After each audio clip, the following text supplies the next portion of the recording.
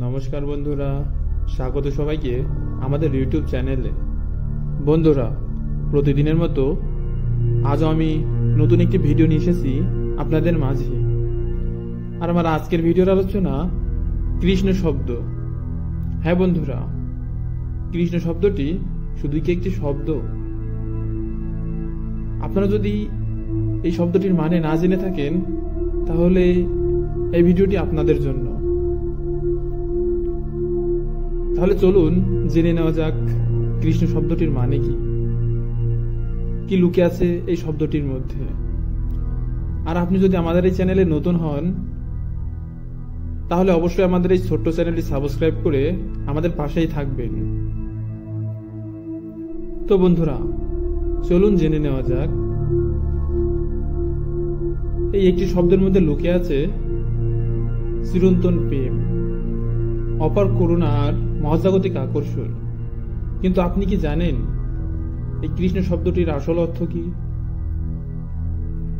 কৃষ্ণ শব্দটি সংস্কৃত ভাষা থেকে এসেছে। কৃষ শব্দের মানে আকর্ষণ করা, আর ন মানে আনন্দদায়ক অথবা তৃপ্তিদায়ক। অর্থাৎ কৃষ্ণ মানে যিনি সকলকে আনন্দ দিয়ে নিজের দিকে আকর্ষণ করেন। তিনি কেবল একজন চরিত্র নন, তিনি এক চেতনার নাম।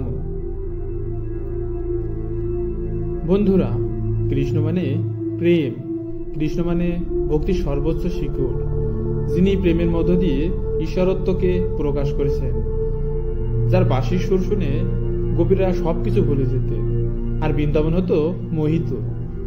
কিন্তু কৃষ্ণ শুধু প্রেমিক নন, তিনি জ্ঞানী, তিনি যোদ্ধা।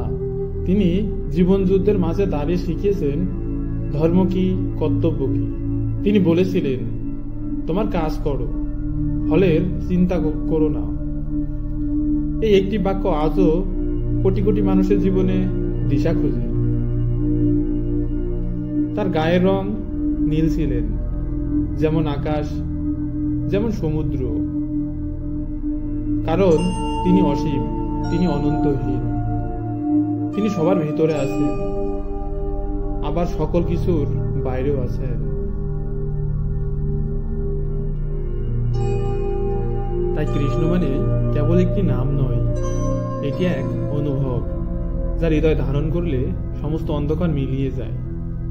কৃষ্ণ মানে প্রেম, কৃষ্ণ মানে জ্ঞান, কৃষ্ণ মানে ক্ষমা, করুণা আর মুক্তি।